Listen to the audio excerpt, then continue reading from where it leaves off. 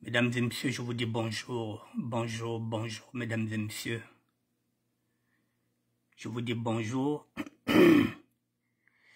Il est 18h30.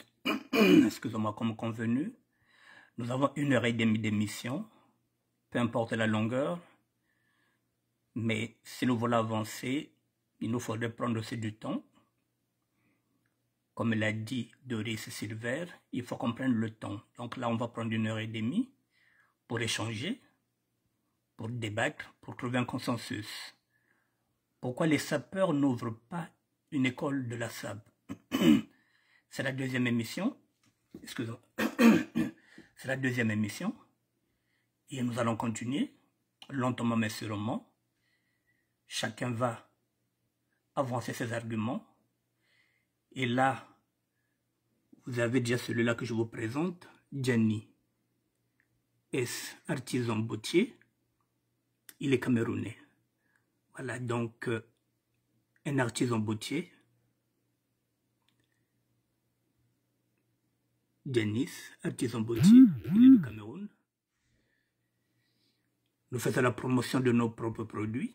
Il est africain comme nous, il est camerounais. Donc il est africain. Donc nous allons consommer africain.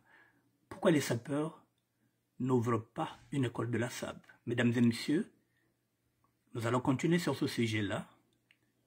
Et comme toujours, je suis accompagné de Frédéric Como, le professeur de la SAP contemporaine. Je vous attends, mesdames et messieurs.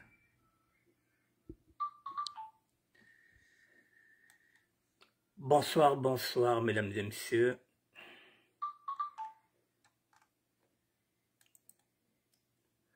Bonsoir à vous.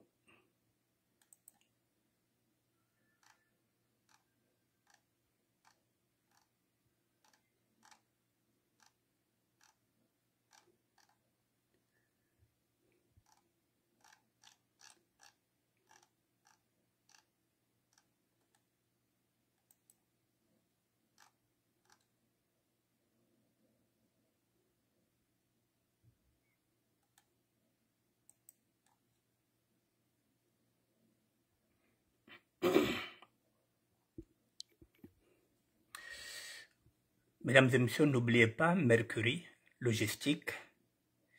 Si vous voulez déposer vos colis, c'est au local Lons, 8 rue des Campanules, 77 185 Logne. Si vous appelez de l'extérieur, c'est-à-dire de l'étranger, plus 33 754 23 50 86, plus 33 698 66 89 27, Mercury Logistique, Congo Fret Aérien, France. Le prochain départ se fera le 13 mars 2024. Donc vous avez tout le temps, nous sommes encore le 9 aujourd'hui, vous avez encore 4 jours. Le prochain départ se fera le 14 mars 2024. Mercury Logistique. Voilà, confiez vos bagages aux professionnels. Les professionnels sont là, ils affichent leurs tarifs du 1er mars. Tarif aérien, 11 € le kilo, si vous payez depuis la France, 8 000 francs CFA si vous payez depuis le Congo-Brazzaville. Les tarifs sont là, à compter du 1er mars 2024.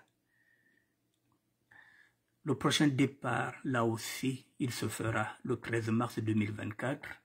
Mercury Logistique. Mesdames et messieurs, je vous dis bonsoir. Asiakisita. Bonjour, j'ai dit bonsoir. Non, il n'est pas encore 19 h. Donc, on dit bonjour.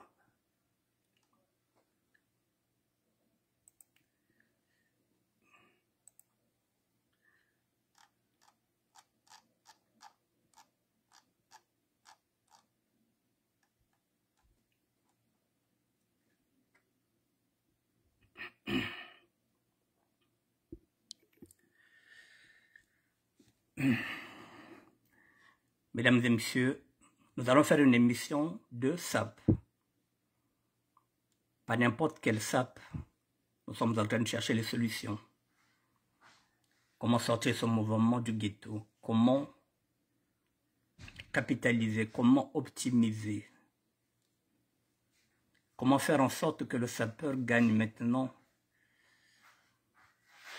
sa vie en étant un intermittent de spectacle?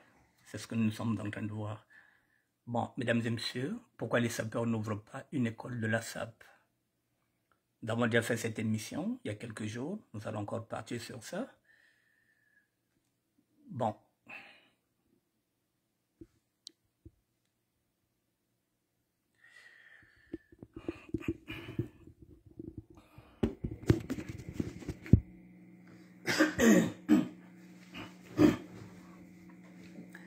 Mesdames et messieurs, voilà, je reviens sur l'idée de base, sur laquelle j'invite les intellectuels. Nous avons un lycée technique au Congo-Brazzaville. Je parle du Congo, parce que nous allons commencer par là. Nous avions eu un collège technique. J'aimerais maintenant qu'on puisse adapter une école primaire technique. Une école primaire technique. Pour la simple raison que nous avons pris du retard. Nos enfants, nos petits-enfants ont pris du retard au niveau du Congo-Brazzaville. Il ne faudrait pas attendre que l'apprentissage se fasse en 6e. Le collège technique, il y en a. Le lycée technique, je ne sais pas s'il fonctionne encore, il y en a. Mais il faut maintenant une école primaire technique où l'enfant de l'école primaire commence déjà à s'intéresser au métier manuel. D'où Frédéric Mecom a eu l'idée de dire que cet enseignement sera axé sur 2 axes. L'enseignement théorique, c'est-à-dire ce sont les intellectuels qui écriront le manuel, et de l'autre côté, il y aura la pratique. Il y aura la théorie et il y aura la pratique. La théorie, c'est le manuel que les intellectuels écriront. Ce n'est pas nous qui écrirons ce manuel. Nous nous apporterons la pratique parce que nous avons ces métiers-là. Ces métiers que je vais citer.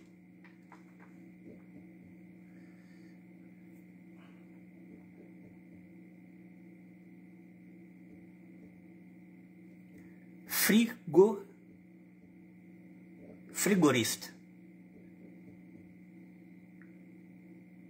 Ce sont des métiers que nous, on peut apporter notre savoir aux enfants.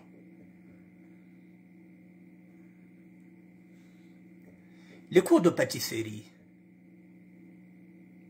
Oui, nous pouvons faire appel à Armel Kinzonzi, le chef pâtissier, pour qu'il aille donner des cours de pâtisserie. Armel Kinzonzi, mesdames et messieurs, c'est un chef pâtissier qui peut enseigner la pâtisserie à nos enfants.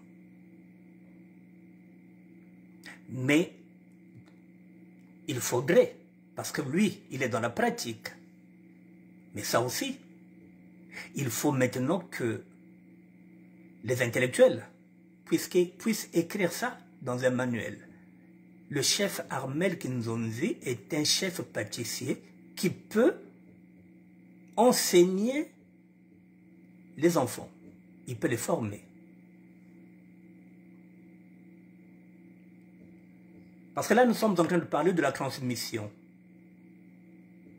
De la transmission de nos connaissances, de ce que nous savons, de ce que nous connaissons, de ce que nous faisons ici.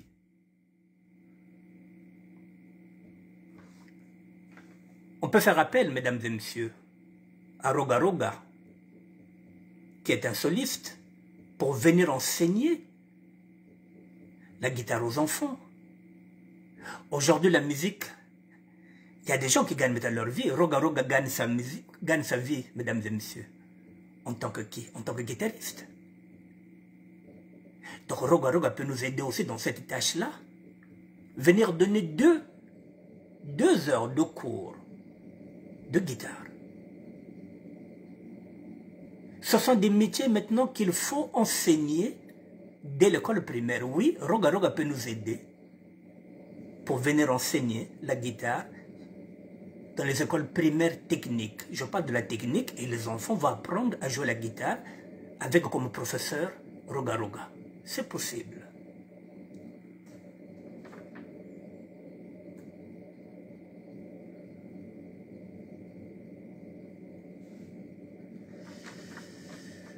Nous avons des métiers ici, mesdames, que vous faites ici. Il y a des décoratrices ici. Ce sont des métiers qui sont méconnus au niveau du Congo-Brazzaville. Lorsque vous décorez les salles, il y en a qui gagnent leur vie ici. Donc ça aussi, mesdames, vous pouvez aussi transmettre ce savoir-là. Comment décorer une salle? Nous parlons de l'économie informelle. Ce sont des métiers qui sont méconnus au niveau du Congo-Brazzaville, mais qui peuvent prendre de l'ampleur demain ou après-demain. Un enfant peut avoir, aujourd'hui par exemple, il peut trouver sa vocation dedans. Décorateur ou décoratrice de salle, ça se fait.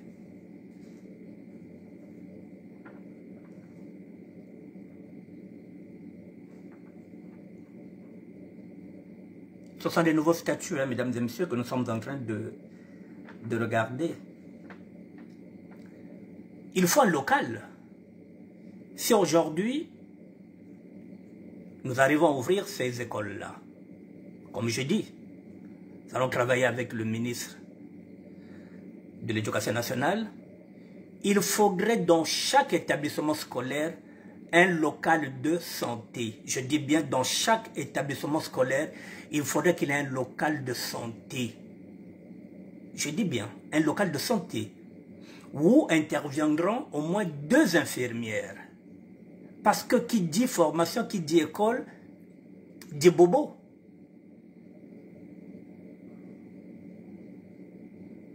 Et quand il y a bobo, quand l'enfant a des migraines, ici en France, qu'est-ce qu'on fait? On appelle les parents pour qu'ils viennent chercher leurs enfants. Mais en ce moment-là, qu'est-ce qu'on fait? Nous proposons, comme nous disons, un local de santé dans chaque établissement scolaire, géré par 2 infirmières du lundi au vendredi. Ça fait déjà la création d'emplois.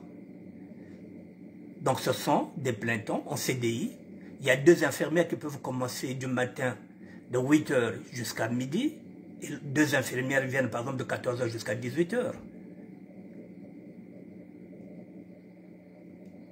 Nous sommes en train de restructurer la société, mesdames et messieurs, mais pour restructurer la société, il faut qu'il y ait aussi ce problème-là, qu'il y ait un local de santé dans chaque établissement scolaire.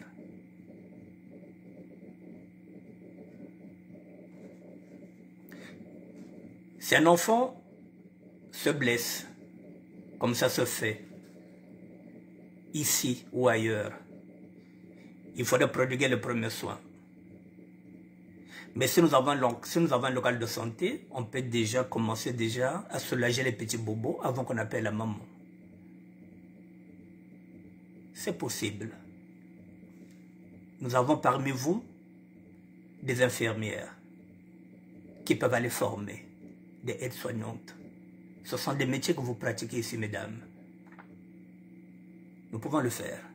Quand je parle de l'école primaire technique, oui, c'est possible qu'on puisse créer ça.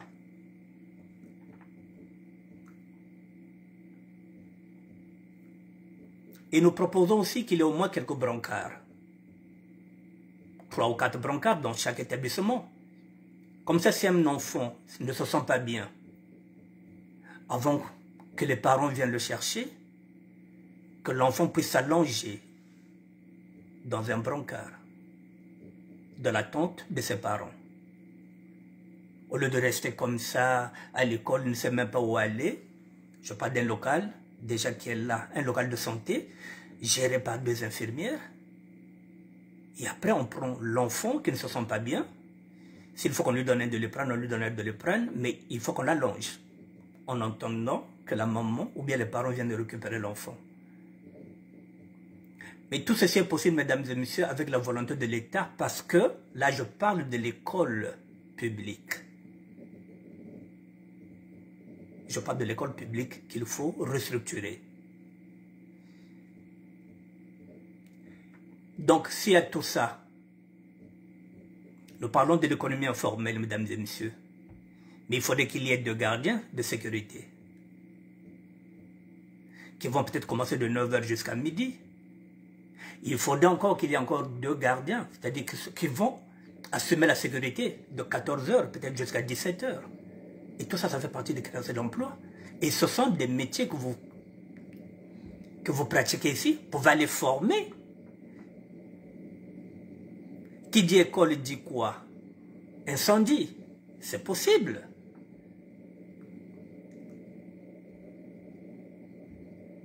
Donc tout ça, mesdames et messieurs, tous les métiers que nous exerçons ici, nous pouvons les adapter dans une école, je dis bien, primaire technique. Et dans ce cas, si nous avons des infirmières, ou bien si nous avons des aides-soignantes, si nous avons un local de santé, mesdames et messieurs, on peut commencer à former. On peut commencer à former d'autres personnes qui prendront le relais. Et ça fait partie aussi des créations des emplois.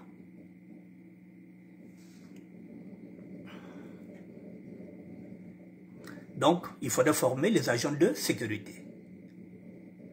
2 qui vont travailler demi-temps, peut-être de 9 h jusqu'à midi, et les autres viendront peut-être de 14 h jusqu'à 17 h. Les emplois. Nous sommes en train de parler de l'économie informelle. On peut créer des emplois à travers ça. Bon, je continue.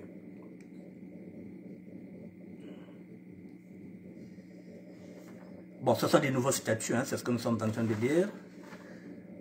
Bon, voilà, mesdames et messieurs, ce sont ces pistes-là que je donne pour que les intellectuels ne se trompent pas. Ce que je veux, c'est une formation.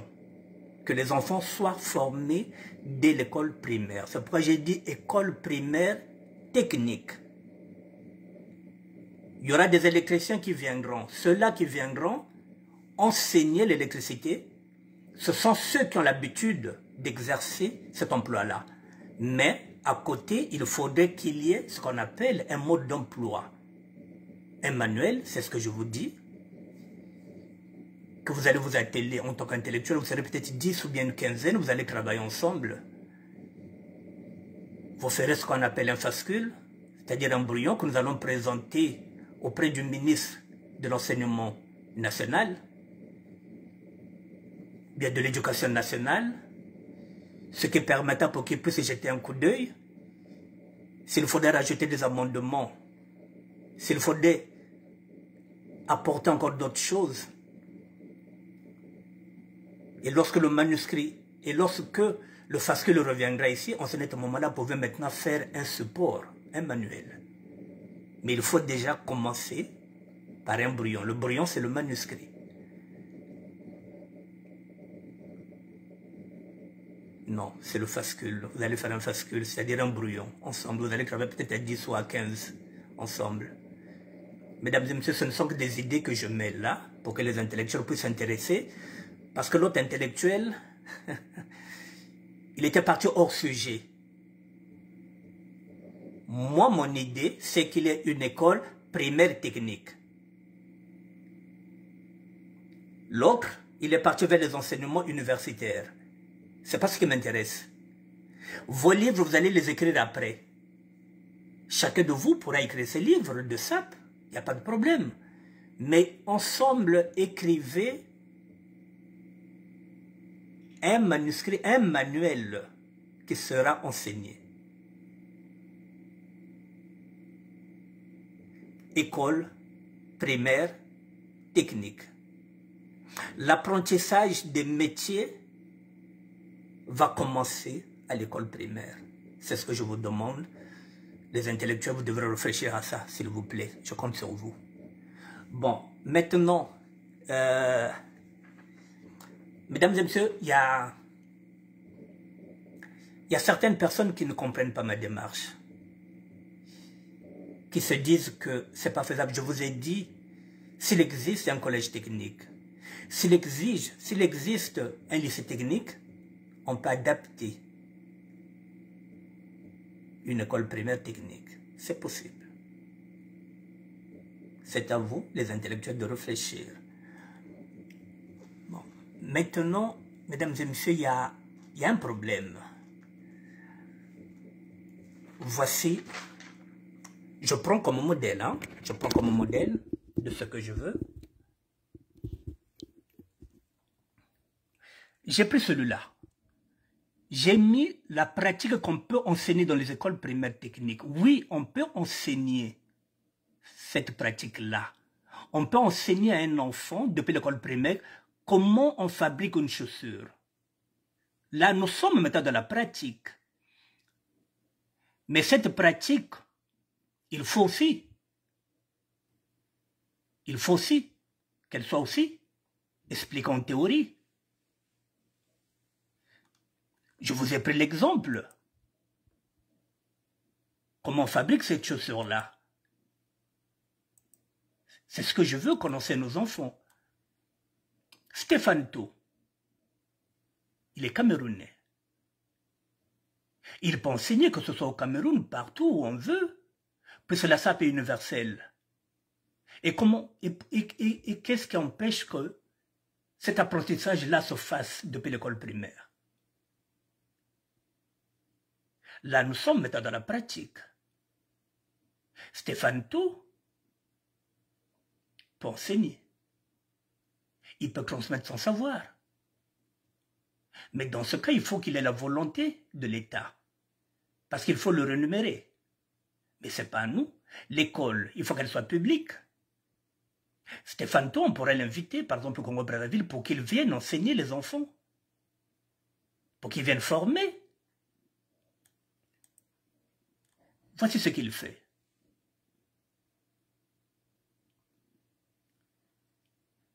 Est-ce que c'est possible qu'on enseigne ça à l'école primaire ou pas, mesdames et messieurs? L'école primaire technique, c'est-à-dire que la formation depuis l'école primaire. Je pose la question aux intellectuels. Maintenant, il faut expliquer. Il faut écrire un manuscrit pour que les jeunes puissent lire, passer de la théorie à la pratique. Deux axes. La théorie, c'est vous, les intellectuels, qui l'écrirez. La pratique, c'est M. Stéphane Tho qui sera là. C'est jouable, mesdames et messieurs. On peut enseigner ça. C'est le premier cas que j'ai pris. Bon, maintenant, je reviendrai sur J.B. Mbemba. J.B. Mbemba qui pense que ce ne sont que des trophées des Congolais, la réussite en France. Il pense que nous sommes dans les trophées. Non, J.B. Mbemba. Ici, on ne parle pas de trophées, on parle de l'apprentissage. Vous voyez, nous parlons de l'apprentissage à l'école primaire technique. Vous allez vers les trophées des Congolais. La réussite en France, non, non, non. Vous êtes ailleurs. Je parle de ça. La pratique qu'on peut enseigner dans les écoles primaires. Voilà ce qu'on peut enseigner à l'école primaire. Comment Stéphane Tho a fait pour réaliser ces chaussures-là. C'est ce qu'il va enseigner. C'est la pratique. Mais cette pratique, il faut qu'il y ait aussi de la théorie. La théorie, ce sont les intellectuels qui vont l'écrire ensemble. Là, nous sommes dans la pratique.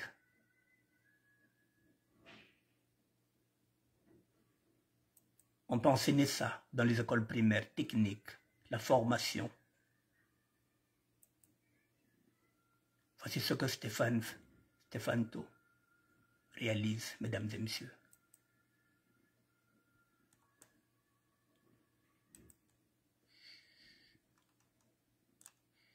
Maintenant, mesdames et messieurs, nous allons répondre. C'est pas moi qui réponds. Jibembemba, les trophées des Congolais, la recette en France. Je vous donne maintenant la réponse que Freddy Mikomo, le professeur de la SAP contemporaine, vous donne. Voici la réponse avant que nous allions. Voici la réponse. La réponse à la question de monsieur... Non, pardon. Je me suis trompé. C'est pas la question de monsieur... Non, c'est pas la question de monsieur Rolo Kimpo, ne quittez pas. Je vais modifier. Excusez-moi.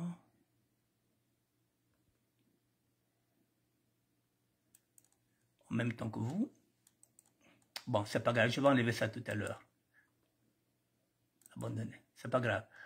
Voilà, pour répondre à notre compatriote, Jibembemba, par rapport à sa remarque, il faut retenir deux choses majeures.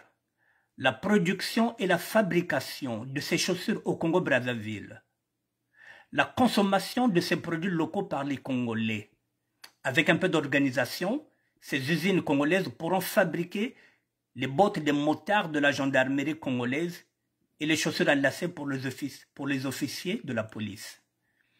Avec ces infrastructures, nous pouvons espérer à une autosuffisance vestimentaire et à l'exportation vers les autres pays de la sous-région.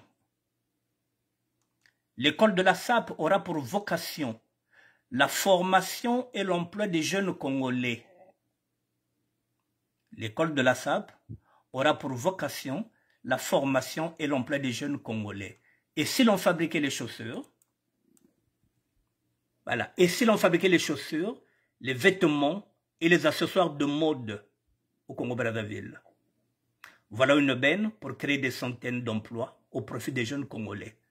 Voilà où nous en sommes, mesdames et messieurs. Ceux qui pensent que ce n'est pas possible ici, ce sera une formation. L'école de la SAP aura pour vocation la formation et l'emploi des jeunes Congolais. La théorie et la pratique. Avec l'apport de l'État congolais, bien sûr, parce que nous allons exploiter les écoles publiques. Les écoles publiques.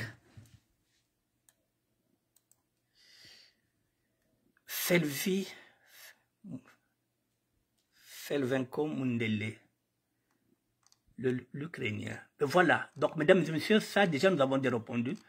Voilà, je remonte, je vous ai pris encore un autre exemple. Celui-là, Gianni, encore un Camerounais, c'est un artisan bottier, Voici ce qu'il fait, la pratique qu'on peut enseigner dans les écoles primaires techniques. Je dis bien école primaire technique parce que c'est la formation. Il y a, je répète encore, nous avons le collège technique, nous avons le lycée technique. Maintenant, nous voulons des écoles primaires techniques. Voilà. Gianni S, il est camerounais, mesdames et messieurs. C'est un artiste bottier. Voici ce qu'il fabrique. Ces reptiles-là, nous les avons dans nos forêts. Voilà, voilà, ce sont des métiers qu'on peut enseigner aux enfants. Yaouyé. Ce sont des métiers. Voilà, nous avons ces pôles-là. Nous avons les crocodiles, nous avons les lézards. Yaouyé. Voici ce qu'il fait. Et ça, c'est du vrai.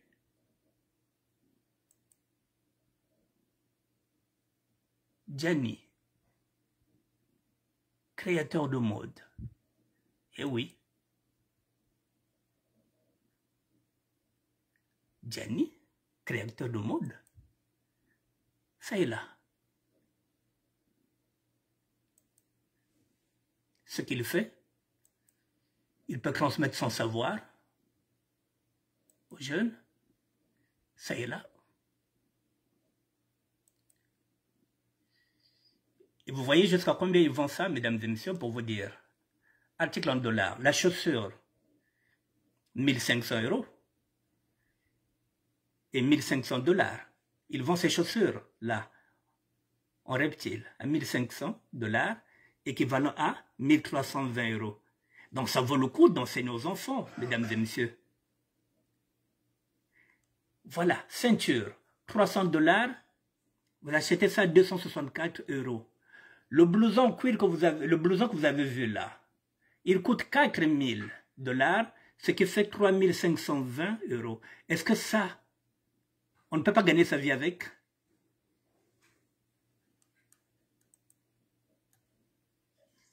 Voici ce qu'il fait. Donc on peut enseigner les enfants, mesdames et messieurs. Permettez, on peut enseigner, on peut transmettre.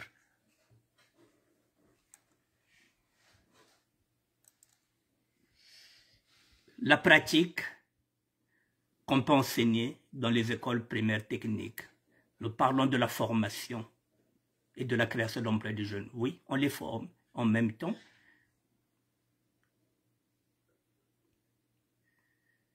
ça peut permettre aux jeunes de se développer. Bon, qu'est-ce que j'avais encore mis pour lui? Gianni, voici ce qu'il dit. Bonjour à tous, voilà. Voilà, Gianni, créateur, découvrez l'exclusivité artisanale de Gianni. Bottier, création sur mesure en peau exotique. Bonjour à tous les passionnés de mode et d'authenticité. Je suis Stéphane Fosso, le créateur de la marque Gianni, artisan bottier, et je suis fier de partager avec vous l'histoire de mon entreprise et de nos créations uniques. Depuis 2012, Gianni, artisan bottier, s'est démarqué dans l'univers de la mode en proposant des pièces entièrement réalisées à la main, sur commande et sur mesure. Spécialisé dans la fabrication de chaussures, de blousons, de ceintures et de bottes, nous mettons un point d'honneur à travailler principalement avec des peaux exotiques naturelles. Notre engagement envers notre client dépasse les frontières et c'est pourquoi nous livrons nos créations dans tous les pays d'Afrique et d'Europe. Voilà, grâce à nos partenaires de transit tels que DHL Cameroun Express et Paris Cam Express, nous garantissons des livraisons rapides et sécurisées. Voilà, mesdames et messieurs, nous avons dit que nous allons consommer africain. Celui-là, il est camerounais. Donc, il peut apporter son savoir, il peut enseigner. Voilà, ce sont des artisans que nous allons commencer à former depuis l'école primaire. C'est jouable. Voilà, les prix de nos articles, 1500, les chaussures, environ 1320 en euros, ceinture, 300 $, environ 264 €, blouson, 4000, environ 3520. Est-ce que ça nourrit pas son homme, ça?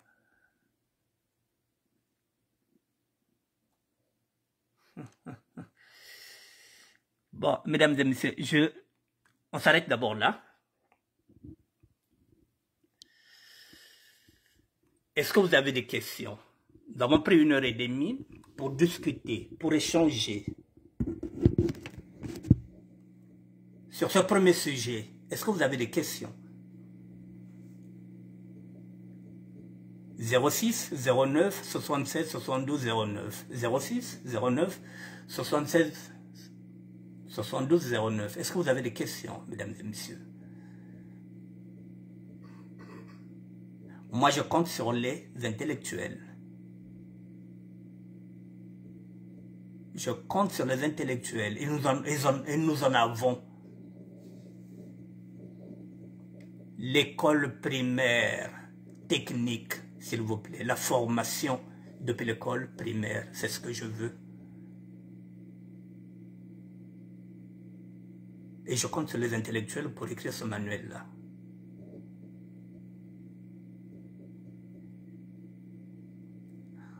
On nous taxe, on nous dit que la SAP ne fait pas de propositions, que les sapeurs ne réfléchissent pas, que les sapeurs ne proposent rien. Il y a quelques années, j'avais fait appel déjà aux intellectuels, je vous l'ai dit. Et puis il y a un enseignant que vous connaissez qui est parti à côté. Je fais encore appel à d'autres intellectuels que vous êtes. C'est la question aussi que Lionel Moutou nous a posée, mesdames et messieurs. C'est la question que pose Lionel Moutou. Est-ce que nous aurons des réponses ou pas? Pourquoi les sapeurs n'ouvrent pas une école de la SAB?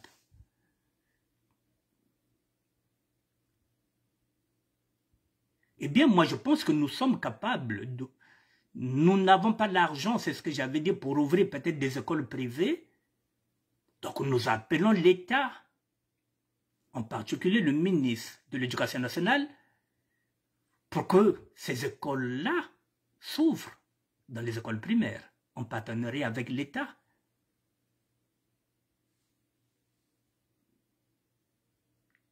Parce que la SAP est universelle. La SAP, c'est le patrimoine culturel congolais. Donc il faut qu'il soit à la portée de tout le monde. Donc une école de SAP ne sera pas payante. Il faut que ce soit dans un bâtiment public pour que ce ne soit pas payant. Le manuel ne sera pas vendu, il sera donné à tous les élèves gratuitement.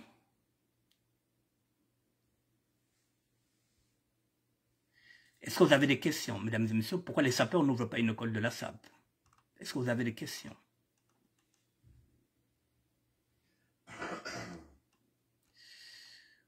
Moi, je vous donne mes exemples, ça et là. La pratique qu'on peut enseigner dans les écoles primaires techniques, on peut faire appel à M. Stefanto, qui peut venir former. M. Jimbemba, il a trouvé sa réponse pour son adresse. Ici, on n'exhibe pas les trophées. Ici, on parle de métier. Ici, on n'exhibe pas les chaussures. Ces chaussures-là, ce sont des fabricants. Ce sont des fabrications. Donc, on va aller enseigner ça. C'est pourquoi j'ai mis ça là. Ce n'est pas des trophées. C'est ce qu'on peut aller enseigner. Comment fabriquer ces chaussures-là? Comment enseigner à nos enfants? Dès l'école primaire, technique.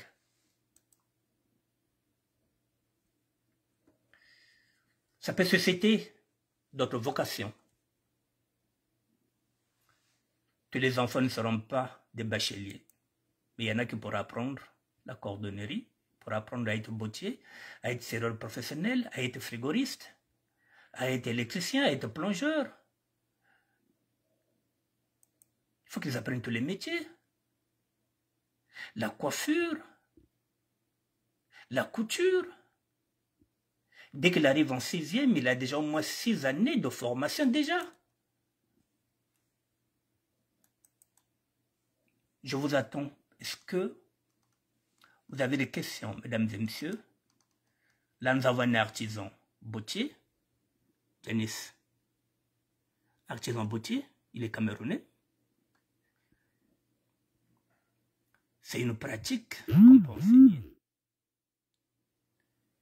Là, nous sommes plus dans la théorie, nous sommes dans la pratique. Est-ce que vous avez des questions? S'il n'y a pas, je change et je passe au deuxième sujet. Bon. Ah, niveau d'anda, butala waze, jamais ben ka intervenir, bo intervenir gati, kalu saga intervention. Mais vous le connaissez qu'on a le P. Ah, comment ça? Que le P? Vous intervenez. Bon, ok, je vais y aller sur le deuxième sujet puisque le premier, vous ne voulez pas, vous ne répondez pas.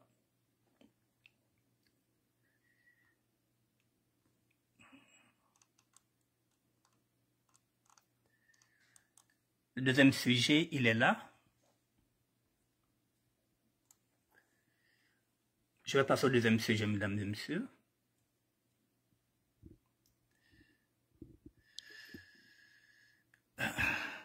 En rapport toujours avec la SAP. Bon. Là, c'est M. Roland Kimpo qui est intervenu sur... M. Roland Kimpo a intervenu par rapport à ça. Pourquoi ces femmes s'habillent toutes comme les hommes? Partage ton savoir, mais c'est ce que tu fais souvent. Hein. c'est frictivité. C'est ce que j'ai dit, partage sans savoir. Donc, c'est ce que tout le monde doit partager sans savoir. C'est ce que tu as l'habitude de dire. Voilà. Pourquoi ces femmes s'habillent toutes comme les hommes? Les femmes ont plus de diversité d'habillement que les hommes. C'est trop facile de porter des costumes et des nœuds papillons et crier sur tous les toits qu'elles sont des sapeuses. C'est mon point de vue. Monsieur Roland Kimpo, voilà, merci pour votre intervention parce que nous, ça nous donne un sujet, moi et Frédéric Mikomo, le professeur de la SAP contemporaine, ça nous donne un sujet pour travailler. C'est une bonne question et nous allons répondre. Voilà, je répète votre question, monsieur Roland Kimpo. Pourquoi ces femmes s'habillent toutes comme les hommes? Les femmes ont plus de diversité d'habillement que les hommes. C'est trop facile de porter des costumes et de nœuds papillons et crier sur tous les toits qu'elles sont des sapeuses. C'est mon point de vue. Nous acceptons votre point de vue et nous allons répondre. Bon. C'était par rapport à ces femmes-là que j'avais publié.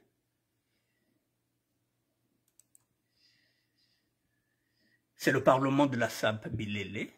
C'est des choses. Le Parlement qui a été créé par William Kamongo Premeka. Ça fait débat.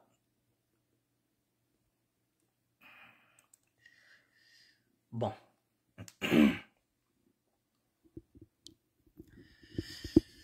Mesdames et messieurs, il faudrait comprendre que nous sommes, là, je m'adresse à M. Roland Kimpo, nous sommes dans la SAP. La SAP, c'est la société d'ambiance et des personnes élégantes. La SAP, c'est cette société-là qui a la tolérance. Et c'est la même société qui prône la création. C'est pourquoi nous disons que nous sommes des artistes vestimentaires. Nous ne sommes pas dans la mode. Nous sommes dans la SAP. Et demain, je pense qu'on fera peut-être une émission pour faire un distinguo entre la SAP et la mode. Nous parlons de SAP.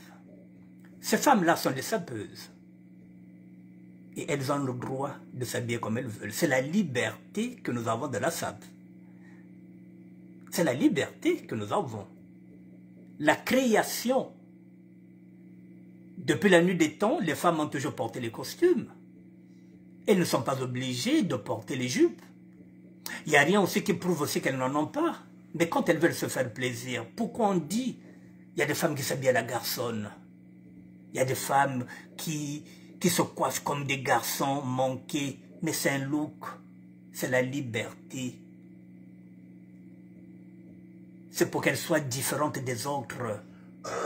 Il faut avoir un plus pour être sapeur ou bien sapeuse. Lorsqu'elles vont dans une fête, c'est pour qu'elles ne passent pas inaperçues. Brayoka, faut bazabati, un tel yoga, les golangues l'auda, faut bazabati. Moi, n'a qu'un truc tel qu'on s'envoie ta costume, na, yan talan ba coiffe net ba bakala, faut ben taliandi. Tant que y'a encore ta fête, à le gagner personne, il faut voyer ba que sapeuse azalaki wana. Rien que ça. Mais, là encore, Frédéric Mikomo est parti me chercher des documents. Monsieur Roland Kimpo, j'ai mis ces documents-là.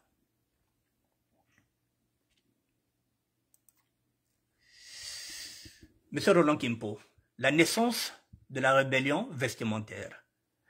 L'origine de cette tendance remonte aux années folles. Une période marquée par un vent de rébellion qui poussait les femmes à briser les stéréotypes et à se libérer des contraintes vestimentaires à l'époque. Le corset a été abandonné au profit des tenues plus confortables et libératrices. C'est ce que je parlais, la liberté de créer. C'est ce que nous avons dans la SAP. Cette quête de liberté, je veux parler de la liberté, c'est la même. Cette quête de liberté ne se limitait pas seulement à la mode. Elle se manifestait également dans d'autres domaines, tels que le droit de vote et l'accès à l'éducation. Les femmes ne voulaient pas être là seulement à s'habiller comme l'autre là. Donc, ça faisait partie de leur liberté, le droit de vote et l'accès à l'éducation. La mode et l'émancipation féminine. L'évolution de la mode féminine a toujours été étroitement liée à l'évolution de la société. À mesure que les femmes ont gagné en liberté et en droit, leurs tenues ont également évolué pour briser les règles traditionnelles. Donc ces femmes-là, c'est une façon à elles aussi de se dire que non, c'est une façon de revendiquer leurs droits comme c'était hier. Bon, regardez celle-là, vous la connaissez. Yves Saint Laurent déjà la faisait habiller. Elle s'habillait déjà en costume, celle-là. Habillée par qui? Par Yves Saint Laurent. Habillée par Yves Saint Laurent. Il n'y a pas que les sapeuses qui s'habillent comme qui portent des costumes. Et ça ne date pas d'aujourd'hui. Miracle de José Mokonzi. Elle a même une pipe. Et voilà, ces femmes-là, ça ne date pas d'aujourd'hui. Bon, même si vous allez me dire que celle-là ne porte pas de cravate, mais oui, ça c'est la mode, mais la sape, les sapeuses, elles portent des cravates, elles portent des nœuds papillons, elles ont même des pipes, elles ont même des cannes, comme les hommes. C'est la création, c'est la liberté. Le style boyichien vont de liberté, tendance, plus qu'une mode, un état d'esprit. Dans le monde de la mode, les termes tels que la garçonne, à la garçonne tomboy, boyisme masculin, féminin et androgyne désigne une tendance qui ne cesse de prendre de l'ampleur. Ce sont les femmes qui s'habillent à la garçonne, comme Grace Jones, comme Arlene Pellica. S'habiller avec des pièces empruntées au vestiaire masculin est devenu un choix de style incontournable. Donc, quand tu me connais baka biledi ya bakala, non, boubia me taper complet à jean. S'habiller avec des pièces empruntées au vestiaire masculin, c'est devenu un choix de style incontournable. Lorsque le miracle de Jésus rentre dans une fête, la différence elle est là. Cependant, il est important de noter que le style boïste n'est pas seulement une tendance vestimentaire, il incarne un état d'esprit, une déclaration de liberté et de modernité. C'est ce que nous sommes en train de dire, que la SAP, c'est une société d'ambiance et de personnes élégantes. On tolère, nous tolérons tous les courants. Le style, boïs, la mode, conjuguée au masculin, elle est là. Monsieur Kimpo, il n'y a pas que les sapeuses.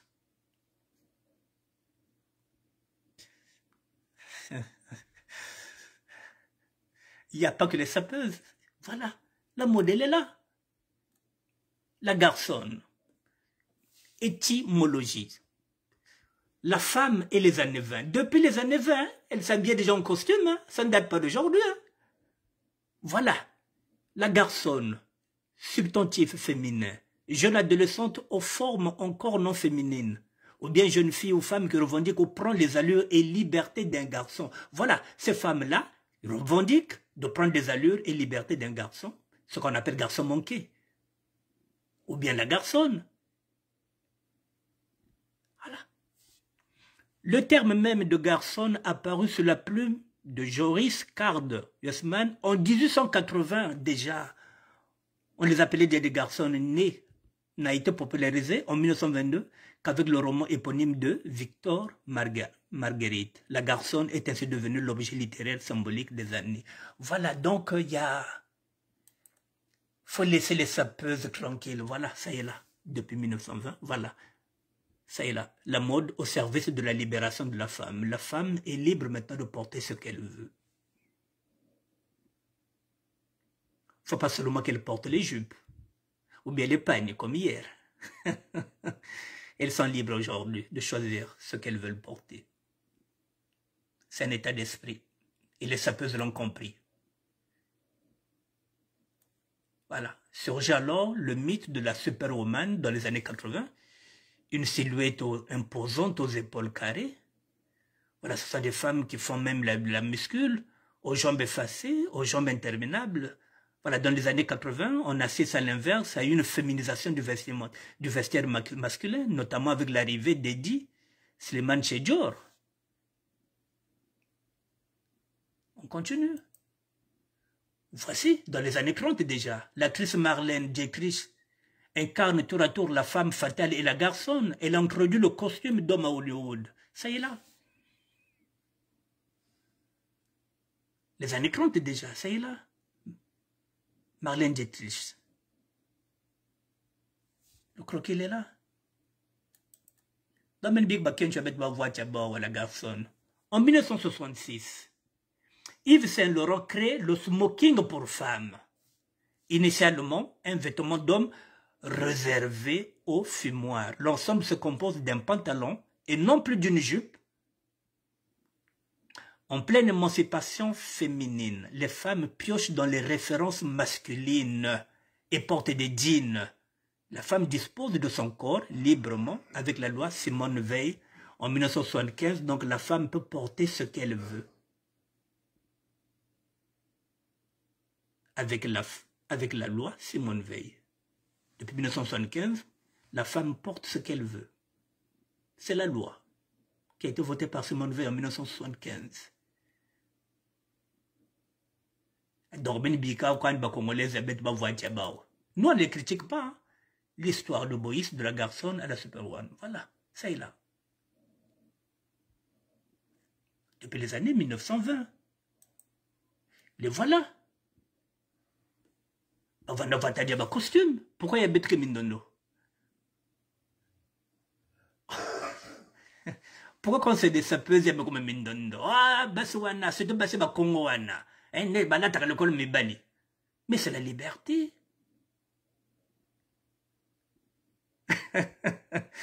C'est la liberté.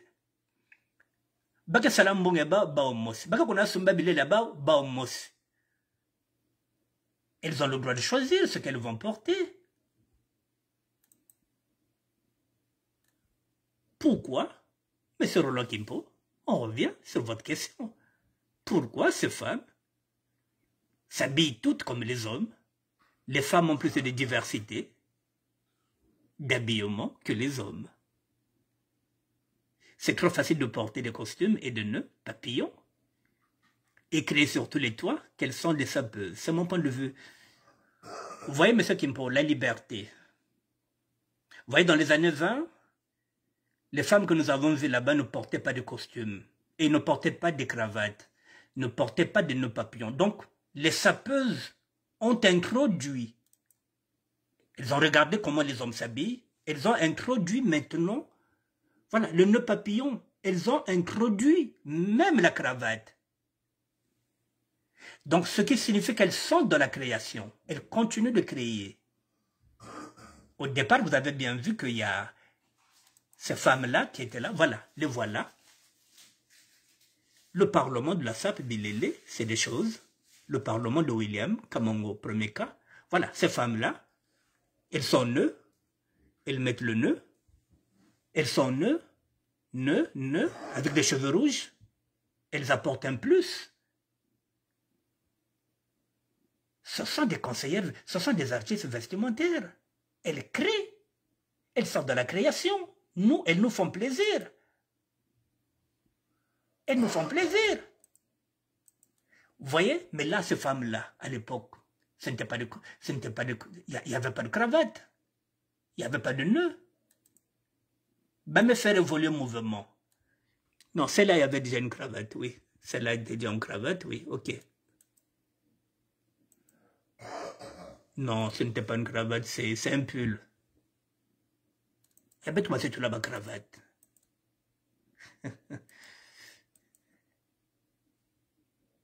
Oui, ça, c'est une cravate.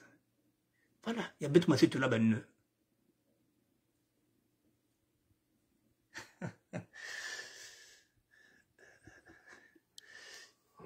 Vous avez compris, mesdames, messieurs? La liberté. Nous avons cette liberté dans la SAP. Cette liberté qui m'a permis d'être dans le gothique. Même si aujourd'hui, il y a certaines personnes qui critiquent le gothique. Mais, mesdames et messieurs,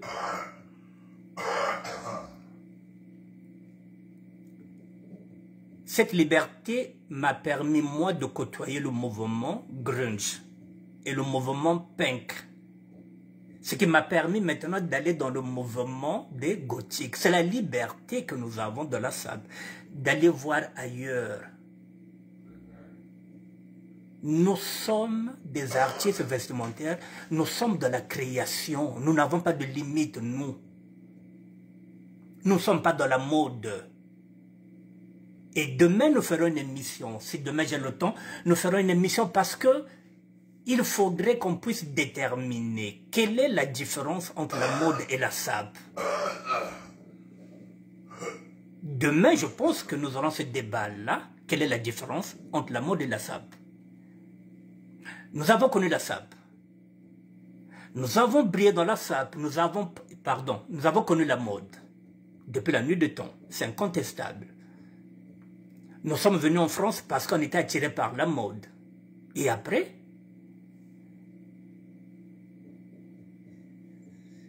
nous avons créé maintenant notre propre savoir, la SAP, qui n'a plus rien à voir avec la mode.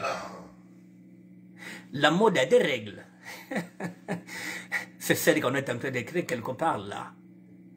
Nous, les règles, non, on les a déréglées.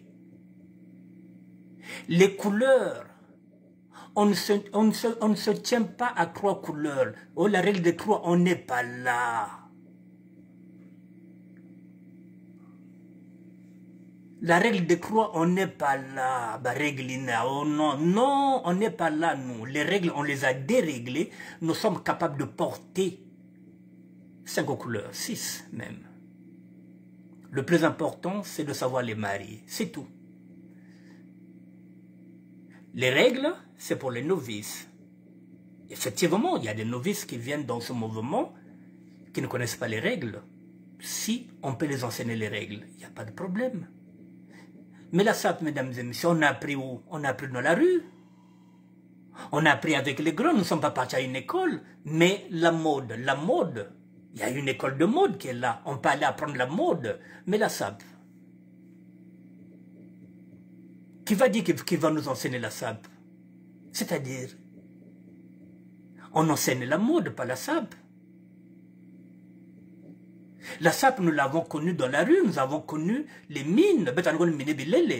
Vieux Omer Belbis. Ceux qui n'ont pas connu ça, ils peuvent croire aujourd'hui qu'ils peuvent enseigner la SAP. Mais nous, on ne nous a pas enseigné. On nous a appris. Bareglina, bagro laksa becha ou non petit lenga bat pantalay, funge tournaï, bet mokulunaya ou dans la rue. C'est pas aujourd'hui qu'on va nous enseigner la SAP. C'est comme si aujourd'hui vous parlez du rap, mais le rap, les jeunes qui ont commencé le rap, ils ont commencé ça dans les cités, ils ne sont pas partis dans les écoles de rap. Le basket qui se joue là-bas aux États-Unis, c'est pas dans les écoles, c'est dans les cités qu'ils ont appris. La SAP met me l'on qui a un angela. Baya et batme la qui se bête SAP. Badaro kinko. Petit coup de bac pantaloya, il connaît bac chemise n'a qu'à bébel. Et c'est comme ça qu'on a appris.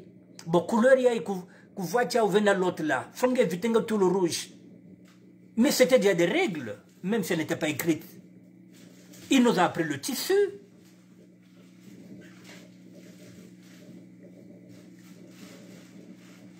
Bah, vieux Josephat, il nous a appris le tissu.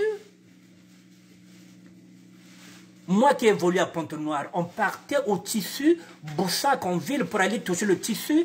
Faut mettre un tel là, bagroga natingue, petit mettre un tel là, tissu. Nga la différence entre alpaga mower, na tergal, na kaki solar. On nous a menés en ville, na boutique baga boglaka, tissu Boussac. Pour que c'est le tissu, c'est la différence. C'est pas un enseignant. Ce sont les grands qui nous ont transmis le savoir.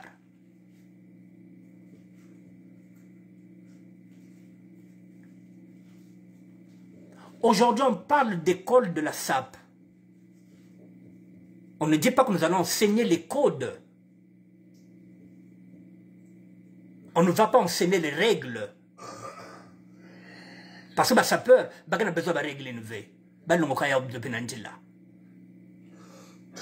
Mais ce qu'on veut enseigner, on dit une école de sabre.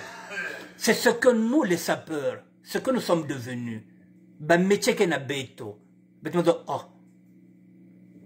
Là où le politique a échoué, là où l'église a échoué, nous les sapeurs, la plupart du temps, nous sommes en Europe. La plupart du temps, nous sommes parisiens. Nous sommes un métier. Est-ce qu'on peut transmettre notre savoir en tant que sapeur? C'est la question qu'on pose. Pourquoi les sapeurs n'ouvrent pas les écoles? Non, nous, on n'ouvre pas les écoles. Les écoles sont là déjà. Les écoles publiques, elles sont là déjà. L'État, si on peut nous donner quelques bâtiments pour qu'on ramène des outils, pour qu'il y ait une formation. École à Sapenina. Parce que les enfants ne vont pas reproduire ce que nous avons fait. Nous n'allons pas leur enseigner les patinages artistiques.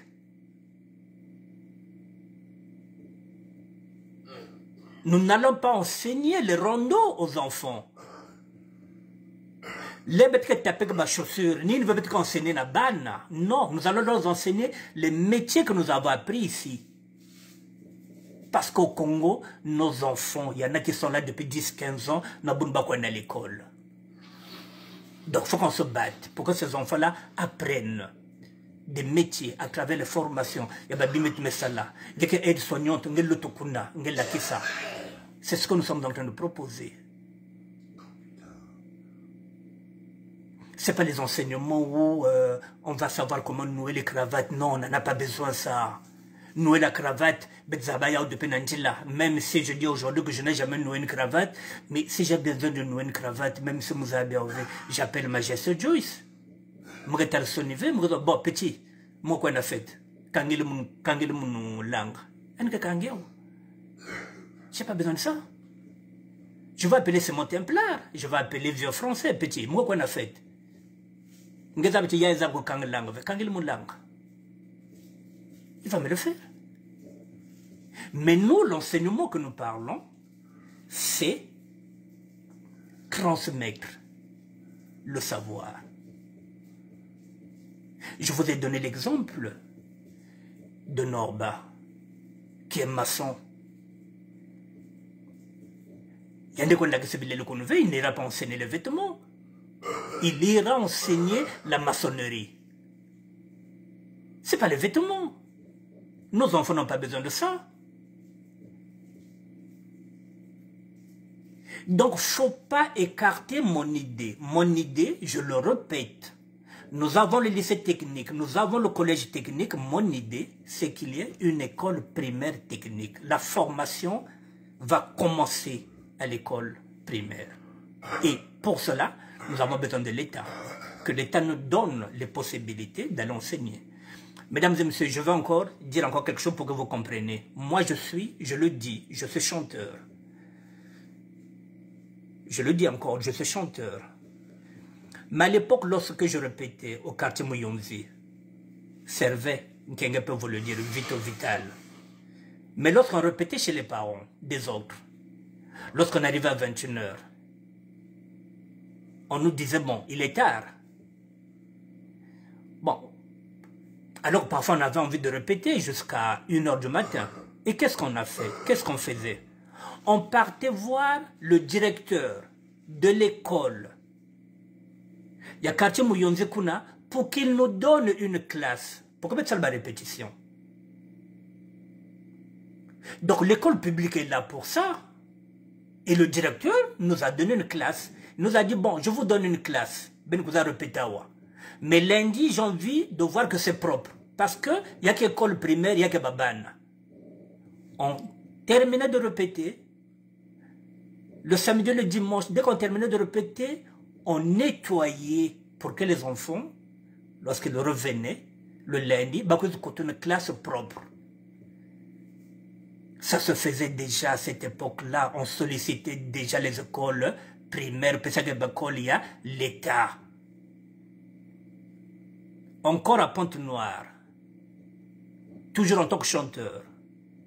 Il y a orchestre, Chakara, la joie. Na rond-point, il y a l'autre là, il y a Roy. Mais on répétait à l'école là, il y a primaire, il y a Roy. Là, c'est séparé. Donc aujourd'hui, l'État peut permettre, il y a une peut se mettre classe, il y a Mouvimba, et on met tous nos matériaux dedans. Tous nos matériaux dedans. Les casques pour apprendre aux jeunes filles.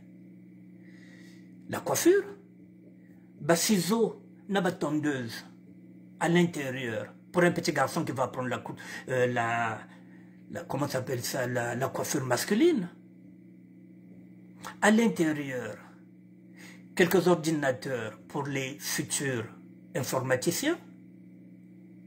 Mais c'est possible, mesdames et messieurs, mais c'est avec l'État. Nous allons débourser aucun sou. Nous allons seulement apporter notre savoir, nos matériels.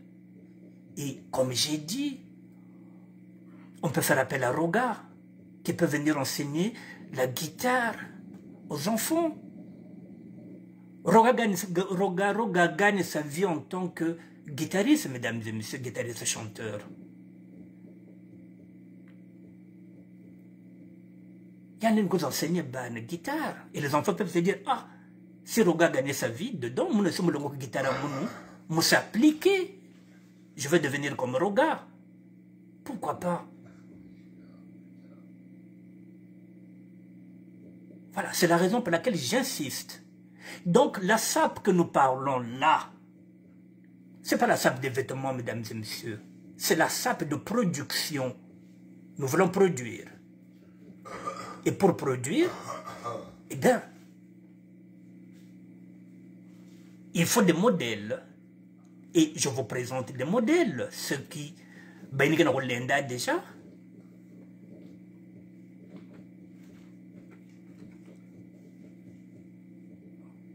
Je vous présente ceux qui sont en train de se battre.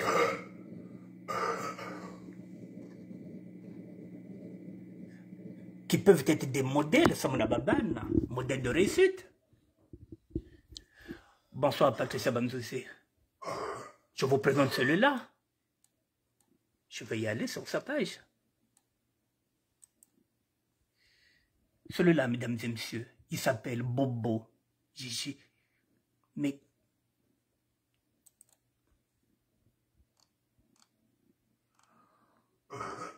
voici sa boutique. Fringues, frimes et griffes. Il est spécialisé en costume croisé. Il est là dans la rue Mélé. À 2 minutes de Gino Belli.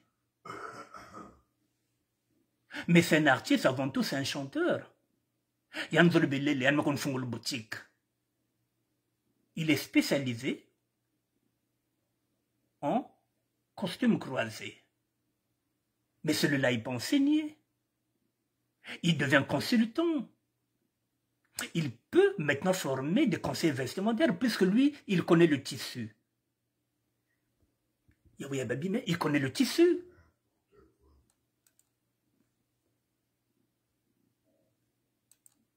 Ça y est là. Mais ce fringue, il est là. Il est spécialisé en costume croisé. Ce sont ces modèles-là que nous voulons pour la jeunesse. Voici ces modèles. Et ça, c'est depuis 2016. Moi, j'ai l'habitude d'aller le voir dans sa boutique. Celui-là, il connaît le tissu. Il peut nous le dire. Voilà, là, vous voyez là, Monsieur F. Fring est avec G, l'Italien Stefano, après les efforts à l'usine pour la nouvelle collection de fringues. Voici, voilà. Donc, il est parti chercher un Italien qui va l'aider à faire une nouvelle collection. Lorsqu'on parle d'un département, et cet Italien-là peut descendre maintenant au Congo-Brazzaville aussi, pour former les jeunes avec celui-là. Mais la formation doit commencer à l'école primaire. Il est là, ce garçon-là. C'est le patron de cette boutique. C'est de cette sape-là que je parle. Celle qui produit. Celle qui va former les jeunes.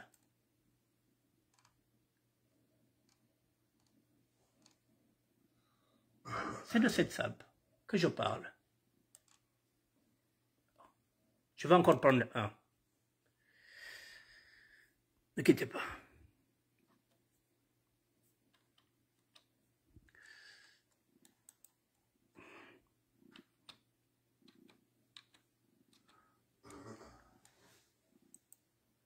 Parce que Ming est formé, voilà, il est là. On dirige. Celui-là aussi.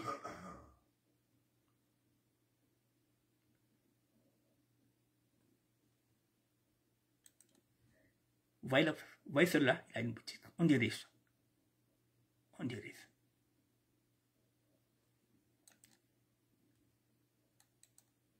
Voilà. Cela peut former. Ils peuvent former les conseillers vestimentaires. C'est de cette sape-là que je parle. Celle qui produit. La sape que prône Bachelor. La sape économique. C'est pas bête qu'on s'en mette à la naïne V.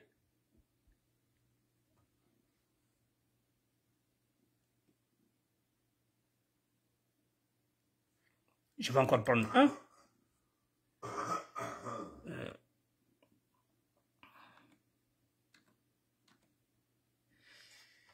Celui-là, c'est un neveu. Il n'y a que moi, bête. Il a une boutique, celui-là. Roby. Il a une boutique, ce garçon-là. Le fils de Modogo.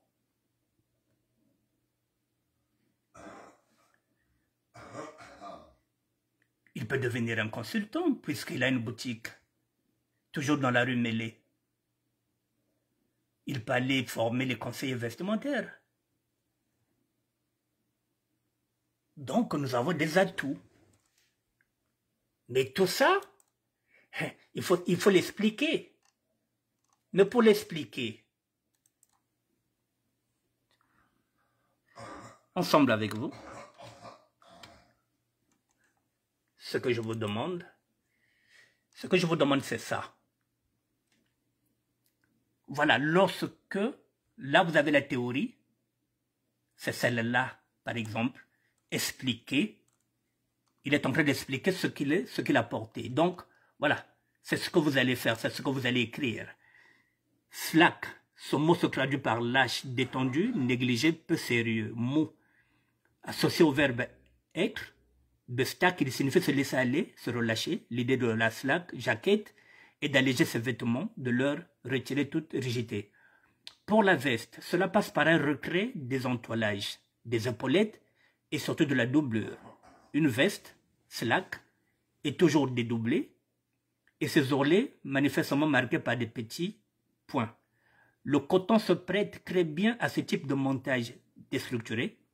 Pour le pantalon de coton, déjà décontracté par rapport à un modèle en laine, le montage slack aboutit à un abandon du raffinement tailleur pour aller davantage vers le jean.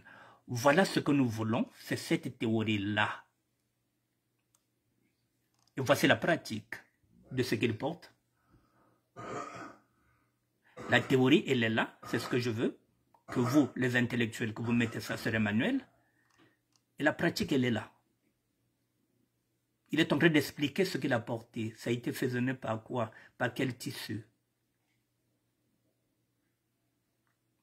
Ça fait partie des consultants, ceux qui peuvent former les conseillers vestimentaires.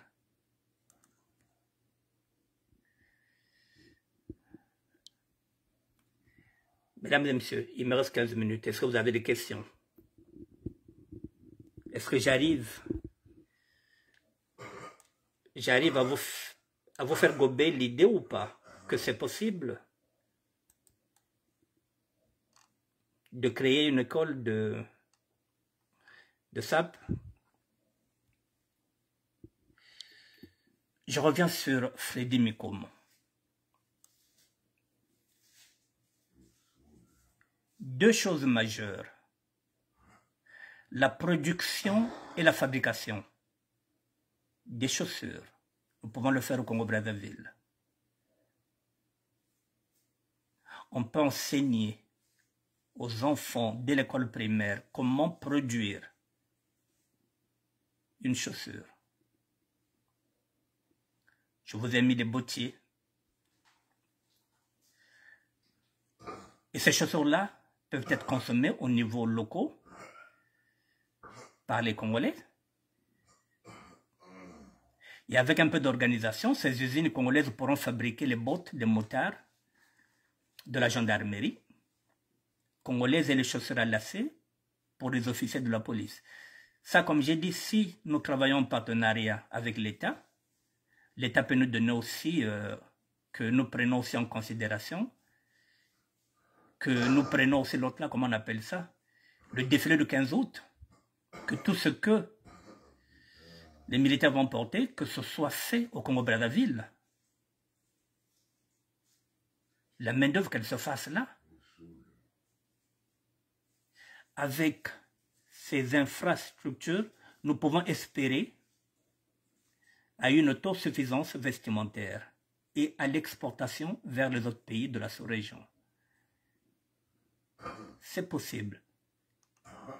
L'école de la SAP aura pour vocation la formation et l'emploi des jeunes Congolais. Vous voyez, mesdames et messieurs, l'école de la SAP que nous parlons ici, ce n'est pas d'enseigner les règles vestimentaires, non. Ici, l'école de la SAP aura pour vocation la formation et l'emploi des jeunes Congolais. Nous, dans cette école-là, nous n'enseignerons pas les règles. Comment tu vas faire pour t'habiller? Nous n'enseignerons pas les règles de croix. Oh, comment faire les diatons artistiques? Non. Nous enseignerons la théorie et la pratique. Donc, dans ces écoles-là, les enfants peuvent apprendre à fabriquer les chaussures, les vêtements, les accessoires, comme nous avons dit. Les enfants peuvent apprendre comment on arrive à fabriquer des cravates, comment on arrive à fabriquer des nœuds papillons. C'est possible. Voilà une aubaine pour créer des centaines d'emplois au profit des jeunes Congolais.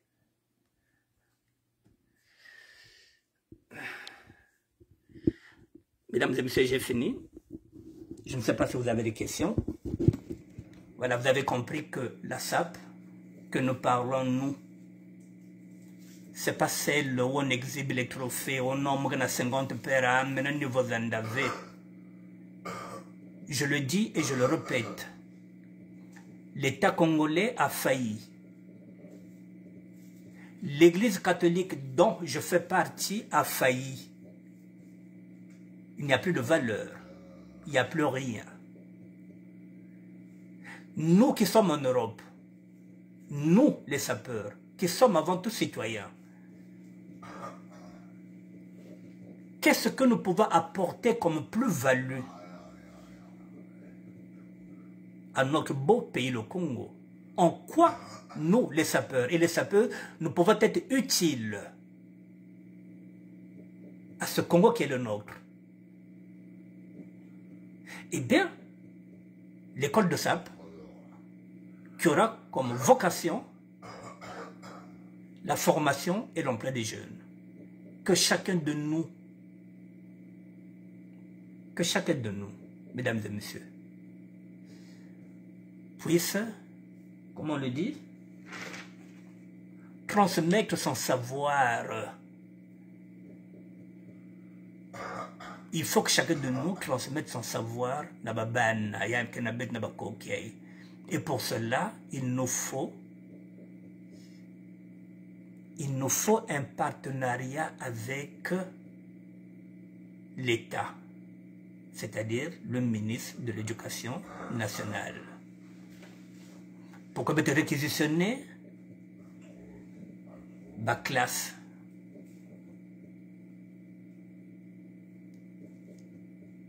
une vente libre.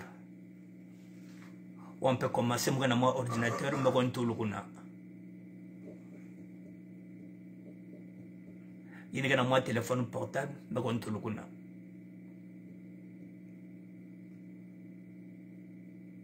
C'est possible.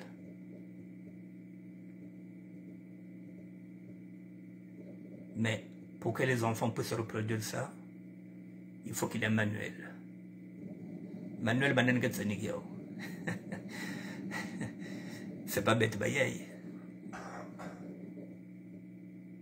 Nous nous apporterons ce qu'on appelle la pratique de ce que nous faisons. La théorie, c'est pas nous. Ce sont les intellectuels.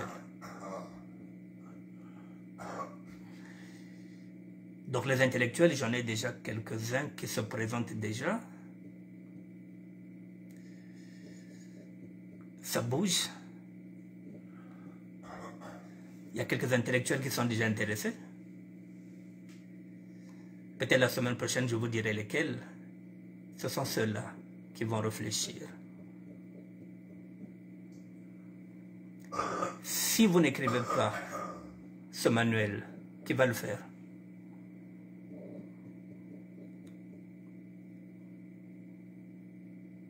Si nous considérons que ce mouvement-là est là depuis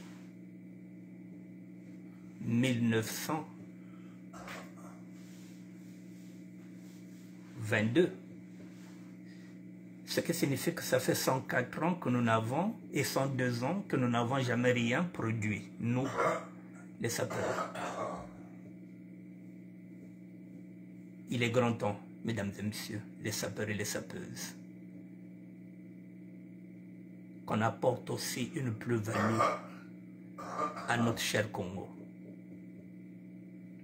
Attaquer mi avec ça là, bet nous en nous même que va permettre beto chaque établissement scolaire va passer beto à ta classe monsieur vide, bet qu'on a ça là, école de formation, école de formation, école de formation. Mesdames et messieurs, c'est possible. Avec le ministre de l'Éducation nationale, c'est possible d'incorporer 2 heures de cours de formation par jour. 2 heures. Lundi, il peut y avoir 2 heures de cours de formation de plomberie. Mardi, il peut y avoir 2 heures de cours de formation d'électricité. Mercredi, il peut y avoir 2 heures de cours de formation frigoriste.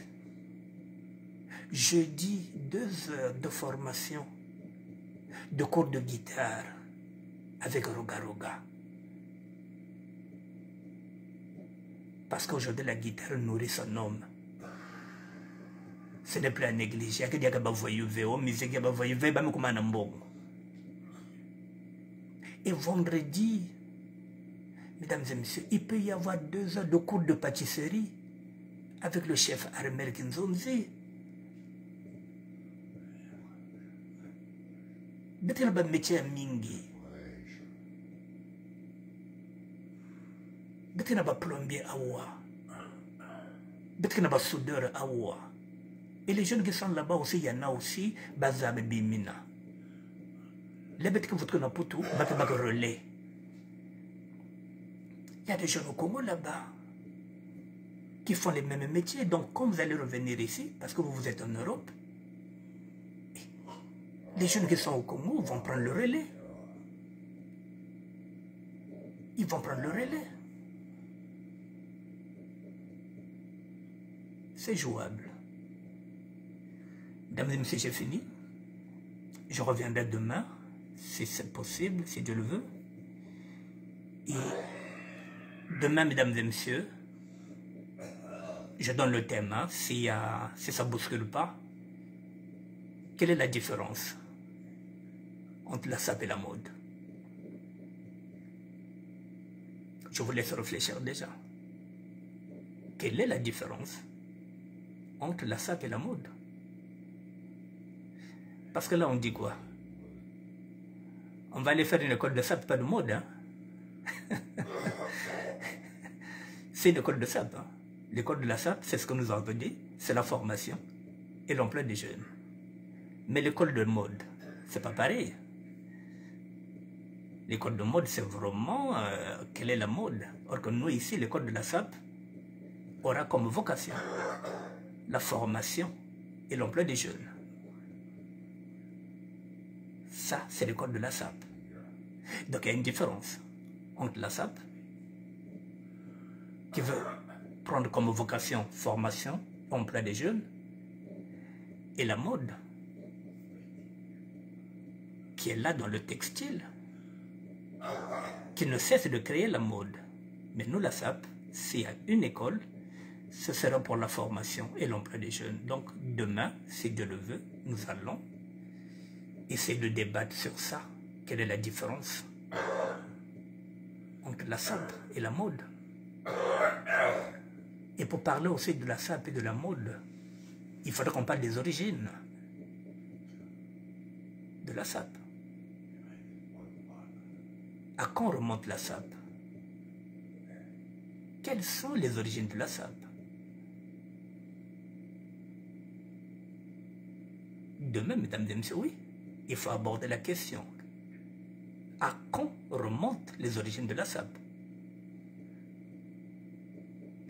Et là aussi, si nous avons des historiens, demain, il faudrait que vous interveniez. Il faut en débattre tout. À quand remontent les origines de la SAP? Parce que jusque-là, nous n'avons jamais eu un consensus. Nous, on se dit 1922 avec Matsuwa. Il y en a qui nous disent que avant Matsuwa, même si le mot SAP n'existait pas, il faut qu'on en parle. Il faut qu'on arrive à remonter réellement les origines de la SAP. Et la différence entre la SAP et la mode. Je vous dis bonne soirée, mesdames et messieurs. Merci d'être là. Orphée François Wapécho, qui est une de Aurélie de Paulaise. Je vous dis bonsoir, mesdames et messieurs. Demain, nous avons deux thèmes. À quand remontent les origines de la SAP?